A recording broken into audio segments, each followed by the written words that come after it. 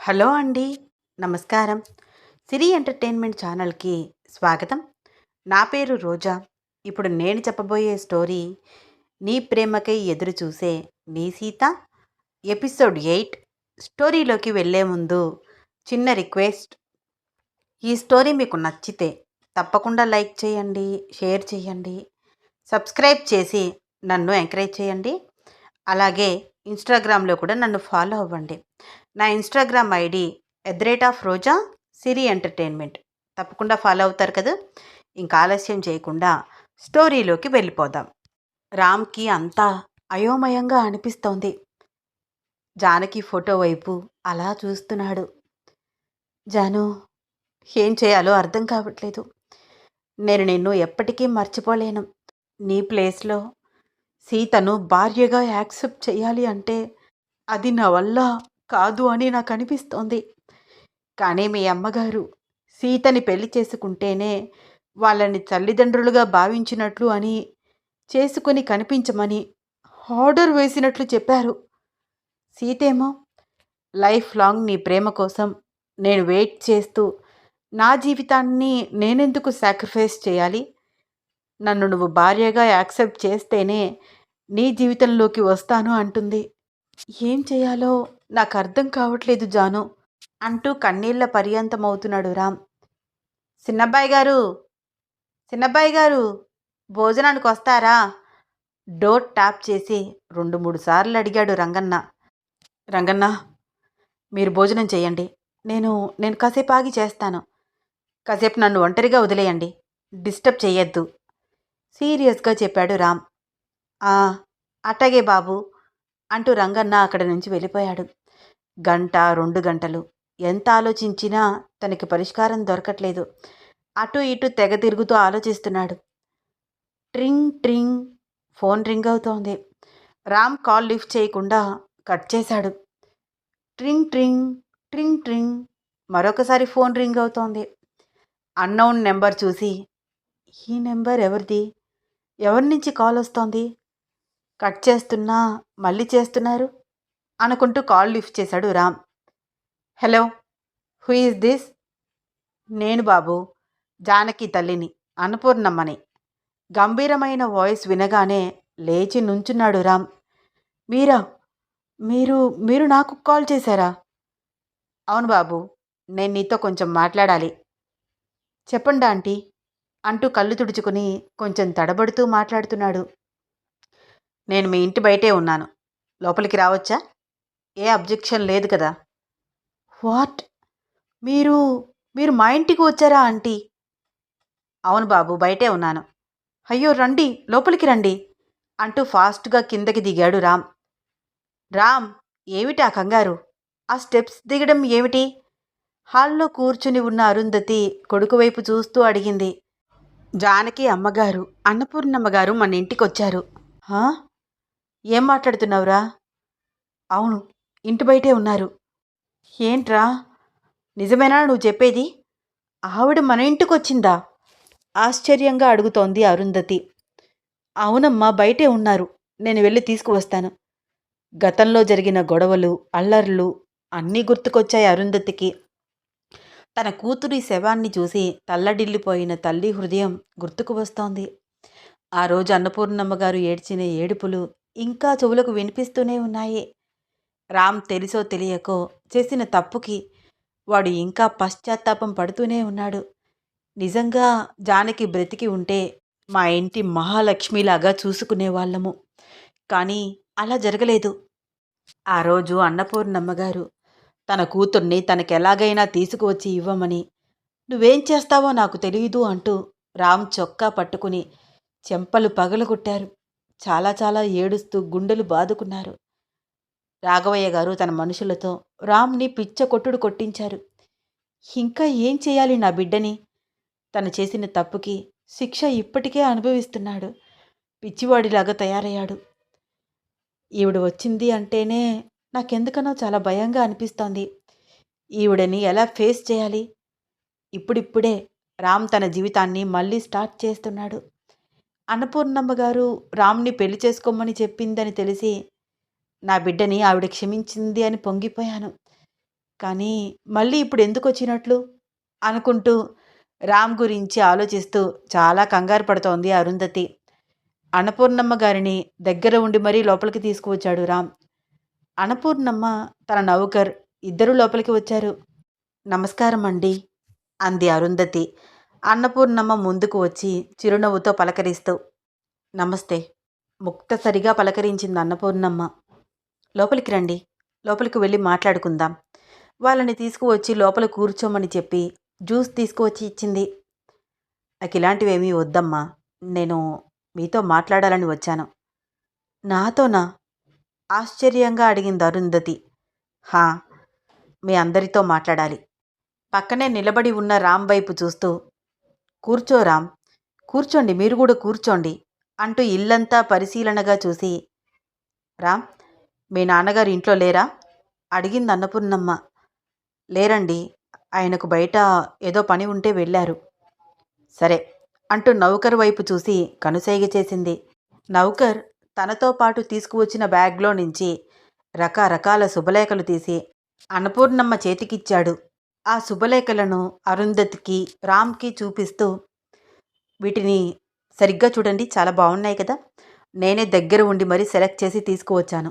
వీటిల్లో ఈ శుభలేఖ నాకు మరీ మరీ నచ్చింది అంటూ ఒక కార్డ్ తీసి చూపించింది. ఏంటండి ఇవన్నీ, ఇదంతా ఏమిటి అడిగింది అరుంధతి.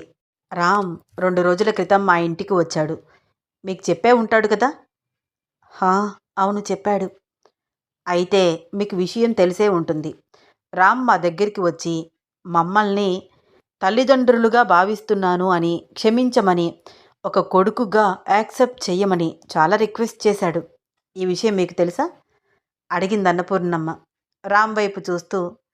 నువ్వు ఆ రోజు నిజంగానే అలా అన్నావు కదా రామ్ అని అడుగుతూ. అవునండి, ఇప్పటికీ నేను అదే మాట మీద ఉన్నాను. మిమ్మల్ని నేను ఒక కొడుకులాగా చూసుకుంటాను. నాకు మా అమ్మా నాన్న ఎంతో, మీరు కూడా అంతే అన్నాడు రామ్.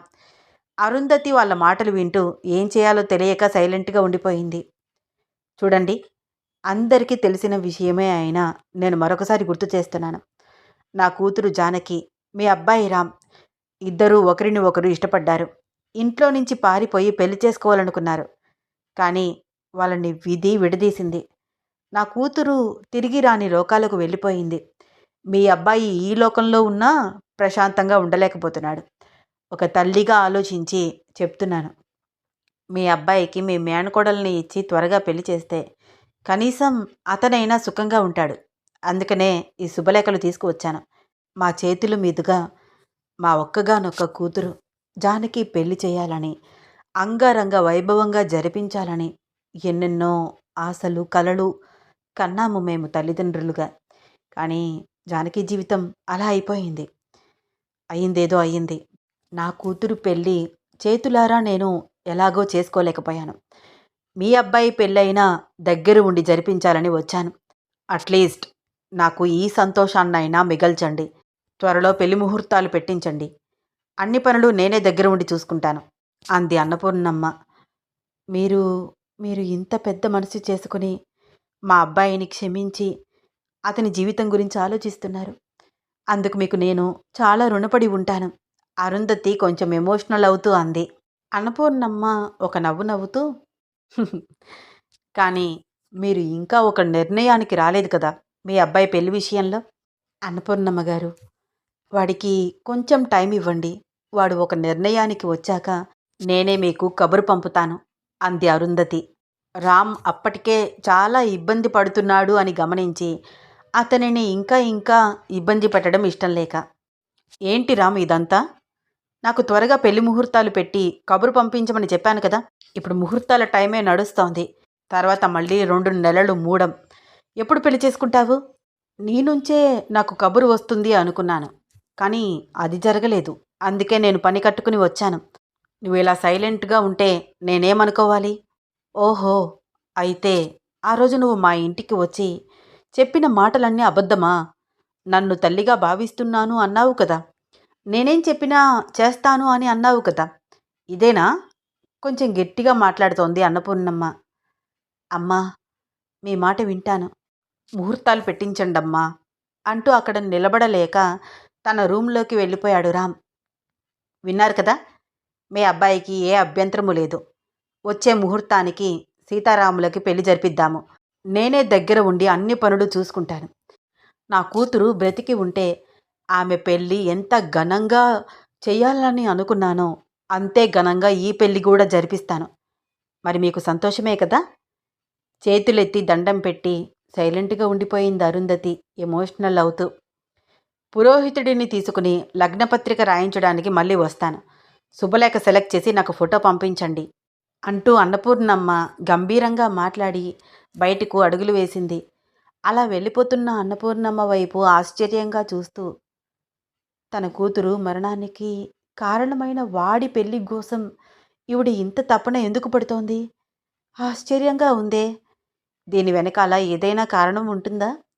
అసలు ఈవిడ ఏం ఆలోచిస్తోంది అనుకుంటూ డౌట్గా చూస్తోంది అరుంధతి.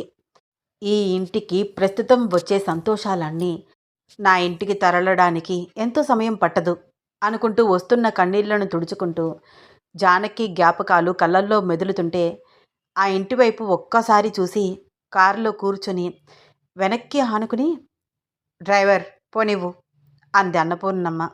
అన్నపూర్ణమ్మ వచ్చి వెళ్ళాక తుఫాను వచ్చి వెలిసినట్లయింది ఆ ఇల్లంతా. ఎవరికి వాళ్ళు నిశ్శబ్దంగా ఉన్నారు. రామ్ రూములో నుంచి బయటికే రాలేదు. అరుంధతి కిచెన్లో తన పని తాను చేసుకుంటోంది. హాయ్ ఆంటీ అన్న పిలుపుతో వెనక్కి తిరిగి చూసింది. హాయ్ ఆదిత్య, నువ్వెప్పుడొచ్చావు? నవ్వుతూ అడిగింది.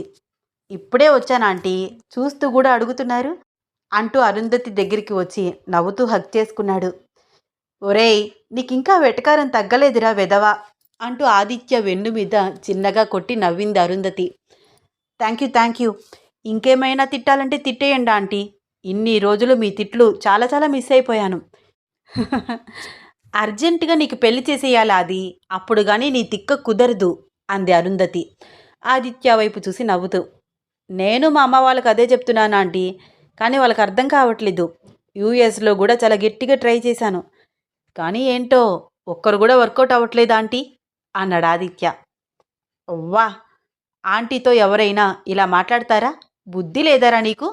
గాడిదలాగా తయారయ్యావు అంది అరుంధతి నవ్వుతూ. వావ్, మీరు తిడుతుంటే నా చెవులో అమృతం పోసినట్లు ఉంది. ఈ తిట్లన్నీ నేను మిస్ అయిపోయాను ఆంటీ అమెరికా వెళ్ళి. చాలేరా వేషాలు. నిజమా ఆంటీ? మీరు గనుక ఈ జనరేషన్లో పుట్టి ఉంటే నేను మిమ్మల్నే పెళ్లి చేసుకునేవాడిని. ఐ మిస్ యూ ఆంటీ అన్నాడు ఆదిత్య. ఒరే ఆది, చాలా ఎక్కువ చేస్తున్నావు. ఇంకా నీకు దెబ్బలు పడతాయి. నాతో ఎందుకురా నీ వెటకారం? పైన రామ్ ఉన్నాడు, వెళ్ళు. నిన్ను చూసి ఎగ్జైట్మెంట్ ఫీల్ అవుతాడు. వాడికి తెలుసా నువ్వు వస్తున్నట్లు అడిగింది అరుంధతి. లేదా ఆంటీ, రామ్కి సర్ప్రైజ్ ఇస్తాను అంటూ పైకి ఫాస్ట్గా స్టెప్స్ ఎక్కుతూ వెళ్ళాడు ఆదిత్య. చిన్నగా అడుగులో అడుగు వేసుకుంటూ వెళ్ళి అటువైపుకు తిరిగి కూర్చున్న రామ్ కళ్ళు మూశాడు. రామ్ కన్నీళ్ల తడి తన చేతికి అండడంతో, హే వాట్ హ్యాపెండ్ బ్రో, ఇప్పుడేమైందని అంటూ ఎదురికి వచ్చి నిలబడ్డాడు ఆదిత్య. హాయ్ హాయ్ ఆది, హౌ ఆర్ యూ కళ్ళు తుడుచుకుని పలకరించాడు రామ్. నాకేరా, నేనెక్కడ ఉన్నా నవ్వుతూ నవ్విస్తూ ఉంటాను. ఎన్ని ప్రాబ్లమ్స్ వచ్చినా నవ్వుతూ ఫేస్ చేస్తాను. నీకు తెలుసు కదా మన గురించి అన్నాడు ఆదిత్య. యా అంటూ తల ఊపాడు రామ్. సరే, నా గురించి పక్కన పెట్టు. What about you? నువ్వెలా ఉన్నావు? ఇప్పుడేమైందని ఈ సంతాప సభ అన్నాడు ఆదిత్య. ఆదిత్య, నీకు నేను మెసేజ్ చేశాను, చూడలేదా? చూశానురా, అందుకనే వెంటనే బయలుదేరాను. ఇండియా వచ్చి నేను 3 days అయింది. నన్ను నువ్వు అవాయిడ్ చేస్తుంటే నాతో మాట్లాడడం ఇష్టం లేదేమో, ఎందుకు డిస్ట్రాక్ట్ చేయడమని ఈ 3 రోజులు రాలేదు. కానీ నీ మెసేజ్ చూశాక వెంటనే వచ్చేసాను. మరెందుకురా అన్నీ తెలిసి అడుగుతున్నావు? కమాన్ రామ్, ఇలా ఎన్ని రోజులు దేవదాస్లాగా తయారవుతున్నావు? జానకికి అలా జరగడం బాధ కలిగించే విషయమే.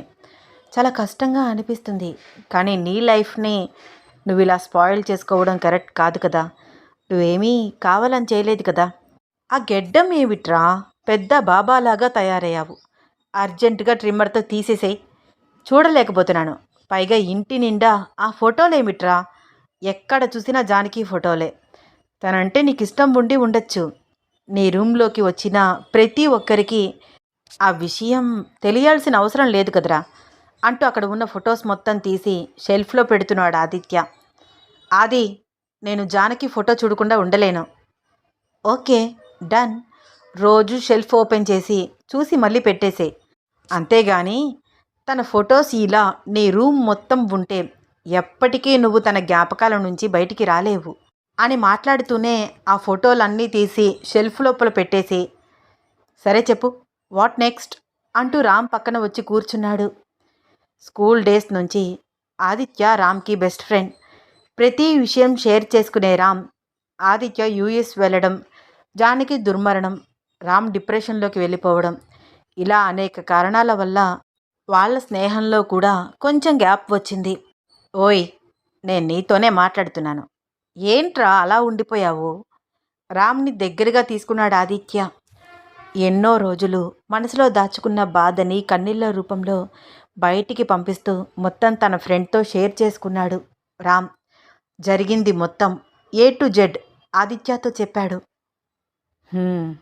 ఇంత కథ నడిచిందన్నమాట. కోర్స్ నిజమే కదరా. Fast is fast. జరిగిన దానిని మనం మార్చలేం రామ్.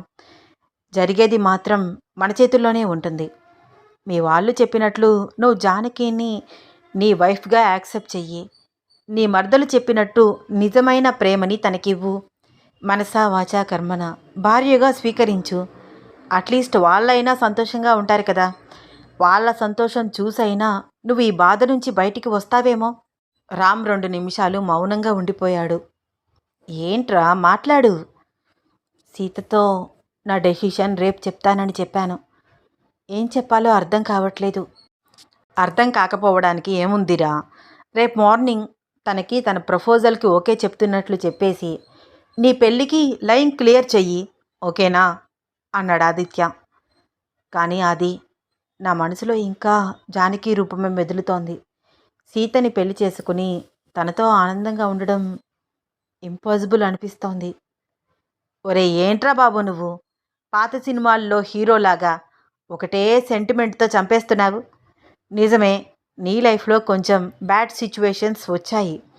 వాటిని దాటి ముందుకు వెళ్ళాలి కానీ వాటినే తలుచుకుంటూ ఇలా నువ్వు ఏడిపిస్తూ ఏమిట్రా ఇదంతా? నన్ను చూడ్రా రామ్, ఎంతమందిని లవ్ చేసి ఉంటాను.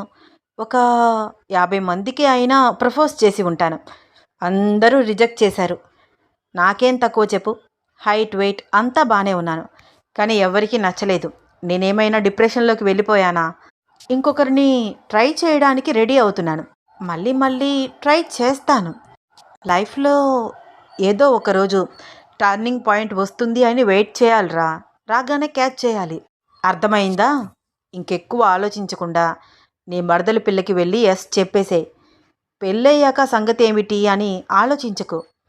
ఫస్ట్ పెళ్ళి అయితే ఆటోమేటిక్గా అన్నీ అవే అవుతాయి. ఆడవాళ్ళంటేనే అయస్కాంతం రా. నువ్వేమైనా భీష్ముడివా చలనం లేకుండా ఉండడానికి? పదరా బాబు, చూడలేకపోతున్నాను నిన్నిలాగా అంటూ రామ్ని బలవంతంగా కిందకి తీసుకువచ్చి, ఆంటీ, నేను రామ్ బయటికి వెళ్ళొస్తాం అని అరుంధతితో చెప్పి బైక్ స్టార్ట్ చేసి అలా నిలబడి ఉన్న రామ్ వైపు చూస్తూ, ఏయ్ ఏంట్రా, ఎక్కు, బయటికెళ్దాం అన్నాడు ఆదిత్య. ఏయ్ ఇప్పుడెక్కడికి రా, చెప్తాను బే, ఎక్కు. రామ్ని తీసుకువెళ్ళి సెలూన్లో కూర్చోపెట్టాడు ఆదిత్య. స్టైల్గా మహేష్ బాబులాగా ఉండాలి వీడు. ఈ జులపాలు జుట్టు మొత్తం ఆ గెడ్డం అర్జెంటుగా తీసిపడే అంటూ సెలూన్లో వర్కర్కి చెప్తూ న్యూస్ పేపర్ చదువుతూ కూర్చున్నాడు. ఆదిత్య తన మీద చూపిస్తున్న ప్రేమకి చిన్న నవ్వు నవ్వుతూ ట్రిమ్మింగ్ చేయించుకుంటూ కళ్ళు మూసుకుని రిలాక్స్ అవుతున్నాడు రామ్. బావా ఏం ఆలోచిస్తున్నాడు?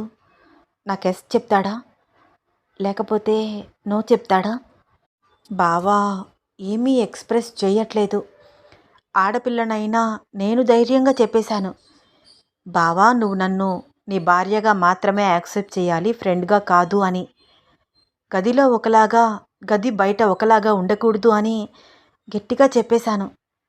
సీతకి ఇంత తెగింపా అని తప్పుగా అనుకుంటాడా? సీత చాలా ఇన్నోసెంట్గా కనిపిస్తుంది, కానీ పెద్ద ముదురు అనుకుంటాడేమో.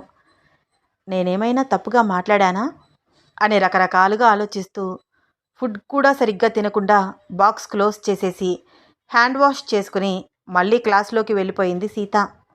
సీత, సీత ఆగు! ఏంటి ఫుడ్ కూడా సరిగ్గా తినలేదు? మళ్ళీ మీ బావ గురించి ఆలోచిస్తున్నావు కదా? అడిగింది సంధ్య. "ఉహుం, ఏమీ లేదు సంధ్య. సీత, నీకు అబద్ధం చెప్పడం రావట్లేదు. మార్నింగ్ మీ బావ నిన్ను డ్రాప్ చేయడం నేను చూశాను. ఏదో మాట్లాడుకున్నారు కూడా ఒక 5 నిమిషాలు అక్కడే నిలబడి. ఖచ్చితంగా ఏదో మ్యాటర్ నడుస్తోంది. ఏంటో నాకు చెప్పకూడదా?" "అలా ఏం లేదే. నీతో కాక నేను ఇంకెవరితో చెప్తాను? నువ్వు నా బెస్ట్ ఫ్రెండ్వి" అంటూ జరిగింది మొత్తం క్లియర్గా చెప్పింది సీత. ఓహో, అదన్నమాట సంగతి. అందుకే అమ్మాయి గారు మార్నింగ్ నుంచి అలా ఉన్నారు. అయినా ఇంకేంటే ప్రాబ్లం? మీ బావ నిన్ను ఖచ్చితంగా యాక్సెప్ట్ చేస్తాడు. చూస్తూ ఉండు.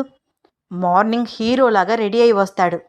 అయినా మన కాలేజీలో ఎంతోమంది అబ్బాయిలు. వాళ్ళ వైపు నువ్వు ఒక్కసారైనా కన్నెత్తి చూస్తావేమోనని, ఒక చిన్న చిరునవ్వు పడేస్తావేమోనని పడి చస్తుంటే వాళ్ళందరినీ వదిలేసి బావా బావా అని ఏడుస్తావేమిటే? అంది సంధ్య.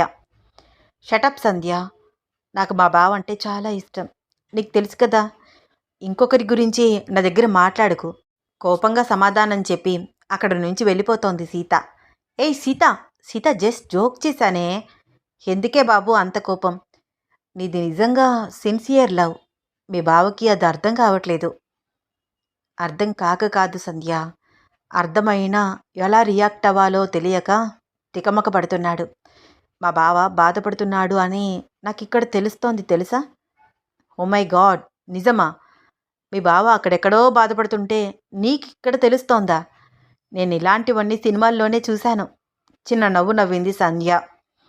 నువ్వు ఎవరిని ప్రేమించలేదు కదా, అందుకనే నీకు తెలియదు సీరియస్గా అంది సీత. అవునా? నేను కూడా చాలామంది ట్రై చేశానే, కానీ ఎవరు సెట్ కావట్లేదు. ఒక్కడు కూడా నా యాటిట్యూడ్కి తగ్గట్టు లేడు. కానీ నీ విషయంలో నాకు ఫుల్ క్లారిటీ వచ్చింది సీత. మీ బావంటే నీకు మామూలు ప్రేమ కాదు. ఈ రోజుల్లో ఇలా ఎవరు లవ్ చేయరే బాబు. అబ్బా, ఎంత ప్రేమే నీకు మీ బావంటే అనిపిస్తుంది నీ మాటలు విన్న ప్రతిసారి. మీ బావకి నిజంగా మైండ్ అనేది ఉంటే నిన్ను అస్సలు వదులుకోడు. ఇంత ప్రేమించిన అమ్మాయిని లైట్ తీసుకుంటే మీ బావ కంటే పిచ్చోడు ఎవరూ ఉండరు అంది సంధ్య. సంధ్య, మా బావని తిడితే నాకు చాలా కోపం వస్తుంది. బెస్ట్ ఫ్రెండ్వి అని కూడా చూడను. ఇంకొకసారి తిట్టావంటే చెంప పగలకొడతాను కోపంగా చెప్పి క్లాస్లోకి వెళ్తోంది సీత. ఓసి దీని ప్రేమ బంగారం కాను. దీనికి ఫేవర్గా మాట్లాడుతూనే వాళ్ళ బావని నేను ఒక్క మాట అన్నానో లేదో నా మీద యుద్ధానికి వచ్చేస్తోంది. అమ్మో, ఏం ప్రేమో ఏమిటో అనుకుంటూ సంధ్య కూడా క్లాస్ వైపు అడుగులు వేసింది. వీళ్ళ ప్రేమ కథలో నెక్స్ట్ ఏమవుతుంది? రామ్ సీత పెట్టిన కండిషన్కి ఒప్పుకుంటాడా? మనసా వాచా కర్మన భార్యగా సీతని యాక్సెప్ట్ చేస్తాడా? ఒకవేళ రామ్ యాక్సెప్ట్ చేస్తే, పెళ్ళికి ఒప్పుకుంటే సీత రియాక్షన్ ఎలా ఉంటుంది? తెలుసుకోవాలని ఉందా? అయితే వచ్చే ఎపిసోడ్ కోసం వెయిట్ చేస్తూ ఉండండి. ఈ స్టోరీ మీకు నచ్చితే తప్పకుండా లైక్ చేయండి, షేర్ చేయండి, సబ్స్క్రైబ్ చేసి నన్ను ఎంకరేజ్ చేయండి. అలాగే ఇన్స్టాగ్రామ్లో కూడా నన్ను ఫాలో అవ్వండి. ధన్యవాదాలు.